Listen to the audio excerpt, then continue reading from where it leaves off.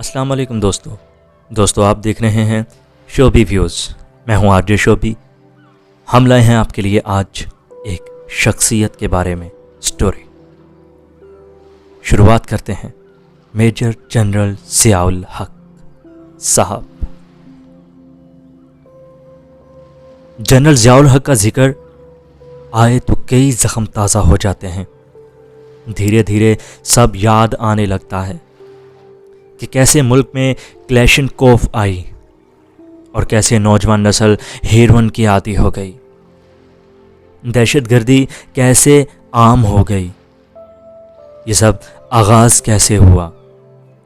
کیسے ہم بحیثیت قوم نہیں بلکہ علاقائی، لسانی اور فرقہ وارانہ سوچ میں کھو کر اپنا قومی معیار کھو بیٹھے. کون جانتا تھا کہ برٹش فوج کے ایک سٹاف کلرک محمد اکبر کے گھر دوسرے بیٹے کی پیدائش 12 اگست 1924 کی ہوگی اور اس کا نام ضیاء الحق رکھا جائے گا، اور وہ کیسے تیز رفتار ترقی کرے گا اور ملک کا صدر بن جائے گا. ضیاء الحق نے 1943 میں برٹش آرمی میں شمولیت اختیار کی. انہوں نے دوسری جنگ عظیم میں حصہ لیا اور 1965 کی جنگ بھی لڑی جو کہ بھارت کے ساتھ ہوئی. 1973 میں وہ میجر جنرل بنے.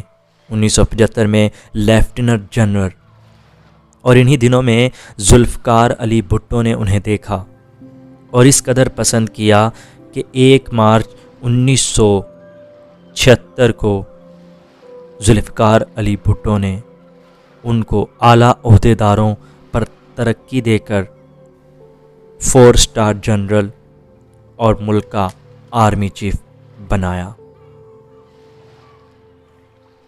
بھٹو صاحب کو یہ منکسر المزاج اور مذہبی رجحان رکھنے والے جنرل لگے تھے جو بظاہر سیاست میں کوئی دلچسپی نہیں رکھتے تھے. عوامی سطح پر بھٹو صاحب کو ان دنوں بڑھتی ہوئی مخالفت کا سامنا تھا اور سیاسی محاذ پر جنگ لڑنے سے قبل وہ فوج کا اعتماد حاصل کرنا چاہتے تھے اور فوج کی مکمل وفاداری کے سلسلے میں پورا اطمینان کرنا چاہتے تھے. اور انہی بحران کے دوران 1977 کے پارلیمنٹ میں عوامی انتخابات کا اعلان ہو گیا. حزب اختلافات کی بیشتر جماعتوں نے پاکستان نیشنل الائنس یعنی PNA بنا لیا اور انتخابات شروع ہو گئے. PNA انتخابات تو نہ جیت سکی مگر اس نتائج کو تسلیم نہ کیا اور دھاندلی کا الزام لگا کر انتخابی نتائج ماننے سے انکار کر دیا. بھٹو حکومت کے خاتمے کے لیے ملک گیر عوامی تحریک شروع ہو گئی. دیکھتے ہی دیکھتے سول نافرمانی کی حدوں کو چھونے لگی. ان دنوں بھٹو صاحب نے کراچی، لاہور اور حیدرآباد سمیت ملک کے بیشتر علاقوں اور شہروں میں مارشل لاء نافذ کر دی. پھر حالات کو بہتر بنانے کے لیے حکومت اور PNA کا لوگوں میں مذاکرات شروع ہوئے. مذاکرات کامیابی کی طرف گامزن تھے کہ اسی دوران جنرل ضیاء الحق نے اپنے کچھ ساتھیوں کے ساتھ مل کر حکومت کا تختہ الٹ دیا اور 5 جولائی 1977 کی شام کو ضیاء الحق نے بھٹو صاحب اور ان کی کابینہ ارکان کو کسٹڈی میں لے لیا. یوں پاکستان کی تاریخ میں ایک نئے فوجی عہد کا آغاز ہوا جو کہ 11 سال تک جاری رہا، جس کے اثرات سے پاکستان آج تک نہ نکل پایا. اس وقت یہ واقعہ رونما ہوا تھا. اس وقت یہی کہا گیا کہ ملک میں پھیلی ہوئی بدامنی، سول نافرمانی اور اس کے علاوہ سیاستدانوں کے باہمی انتشار کو روکنے کے لیے ملٹری لگانا پڑ رہا ہے، جس سے یہ ثابت ہوتا ہے کہ ضیاء الحق نے پوری منصوبہ بندی کے تحت یہ قدم اٹھایا تھا. اس کارروائی کو ضیاء الحق نے آپریشن فیئر پلے کا نام دے دیا تھا.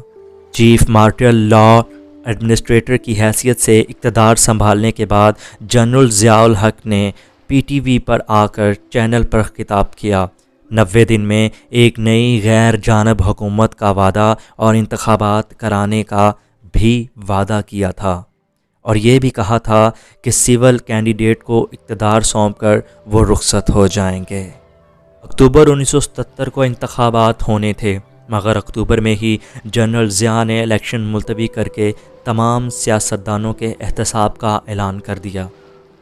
ये एक तारीख दौर का आगाज़ था। मुल्क के सियासतदान, ब्यूरोक्रेट्स, वडेरे, सरदार, कोर्ट्स सब ने मुल्क के नए हुक्मरान का साथ देने का फ़ैसला किया। ताहम भुट्टो साहब की बीवी मोहतरमा बेगम नुसरत भुट्टो साहबा ने फ़ौजी इन्क़लाब को कानूनी हैसियत को कोर्ट में चैलेंज कर दिया, तो सुप्रीम कोर्ट ने फ़ैसला दिया जिसको नज़रिया ज़रूरत के नाम से याद रखा जाता है। फ़ैसले में ये कहा गया कि हर मुस्तहकम और मुल्की सियासत में हालात को देखते हुए साबित होता है कि भुट्टो हुकूमत का तख्ता जनरल ज़िया ने जायज़ उल्टा है। ऐसा होना वक्त की ज़रूरत था, इसीलिए आज इस फ़ैसले को वक्त ज़रूरत के नाम से याद किया जाता है। इस फ़ैसले ने जनरल ज़िया के इक़्तिदार की गिरफ्त और मजबूत कर दी। यूँ 16 सितंबर 1978 को जनरल ज़िया ने मुल्क के नए सदर की हैसियत से हल्फ उठाया। अगले 6 बरसों में इन्होंने आइन में मुतअद्दद तरामीम और कौमी असम्बली को अपनी मर्ज़ी से बर्खास्त करने का फ़ैसला भी अपने हाथ में ले लिया। भुट्टो साहब की फांसी जनरल ज़िया के लिए सबसे खौफनाक इक़दाम था। माजूली के बाद भुट्टो साहब पर अहमद रज़ा कसूरी के वालिद को कत्ल करने के हुक्म देने का मुकदमा दर्ज था, जो कि चल रहा था, और हाई कोर्ट ने उन्हें सज़ाए मौत सुनाई। इस सज़ा के ख़िलाफ़ सुप्रीम कोर्ट में कानूनी अपील दायर की गई। कई समातों के बाद सुप्रीम कोर्ट ने सज़ा को बरकरार रखने का फ़ैसला किया। ये एक मुनक़िसम फ़ैसला था जिसमें सुप्रीम कोर्ट के 7 जजेस शामिल थे। 3 जजेस ने सज़ाए मौत के ख़िलाफ़ और 4 जजेस ने सज़ाए मौत के हक़ में राय दी। सदर की हैसियत से जनरल ज़िया के पास इख्तियार था कि वो इस फ़ैसले को सज़ाए मौत से कैद में तब्दील कर सकते थे, मगर जनरल ज़िया किसी भी किस्म का ख़तरा नहीं मोल लेना चाहते थे। यूँ कई आलमी रहनुमाओं की अपील के बावजूद उन्होंने सज़ाए मौत को माफ़ नहीं किया, और 4 अप्रैल 1979 को भुट्टो साहब को फांसी दे दी गई। जनरल ज़िया ने तमाम सियासी जमातों पर पाबंदी लगा दी और जमहूरियत को रुखसत कर दिया, और 1980 को मजलिस शूरा के मुतबादिल निज़ाम नाफिज कर दिया। मजलिस शूरा में दानश्वर, उलमाए दीन, सहाफ़ियों, माहिरीन माशियात के तजर्बाकारों को शामिल किया गया। उस वक्त मजलिस शूरा में 284 अरकान थे, और हर एक की नामजदगी जनरल ज़ियाउल हक़ की क़यादत और मर्ज़ी से हुई।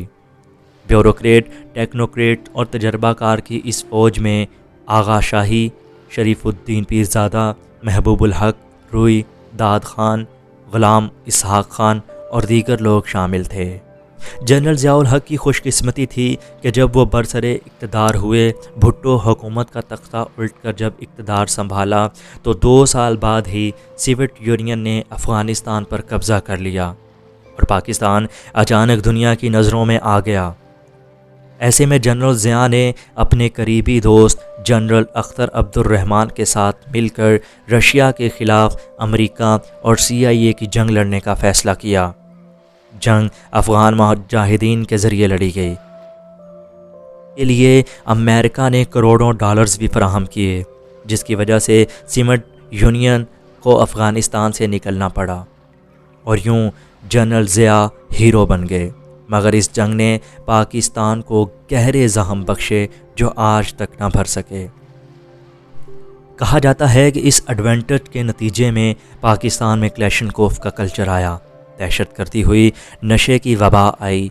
इन्हीं मुजाहिदीन ग्रुप में से 2 ग्रुप निकलकर सामने आए, एक तालिबान और एक अलकायदा के नाम से जाना जाता है, जिन्होंने अगले 20 सालों में क़यामत बर्पा कर दी। आज पाकिस्तान जिन परेशानियों से दोचार है वो बेशतर जनरल ज़िया के दौर का तोहफ़ा हैं। स्याह और सफ़ेद के मालिक जनरल ज़ियाउल हक़ की मोहलत आखिरकार 17 अगस्त 1988 को पूरी हुई, وہ امریکن سکنا ایبرمسن ٹینکس کا مظاہرہ دیکھنے بہاول پور گئے تھے۔ وہاں سے واپسی پر وہ اپنے C-130 جیٹ طیارے پر واپس اسلام آباد روانہ ہوئے۔ پرواز کے شروعات میں ہی تھوڑی دیر بعد ہی طیارے کا رابطہ کنٹرول ٹاور سے منقطع ہو گیا۔ واقعہ کیسے رونما ہوا کسی کو خبر نہ ہوئی، نہ ہی اس کے بارے میں کوئی خبر لگوائی گئی۔ بعض عینی شاہدین نے طیارے کو ہوا میں کلا بازیاں کھاتے دیکھا اور زمین سے ٹکراتے بھی دیکھا۔ یوں 31 لوگ جان سے گئے۔ کیا میرے ملک کے ساتھ ایسا ہونا بنتا تھا؟ کمنٹ سیکشن میں اپنی رائے ضرور دیجیے گا۔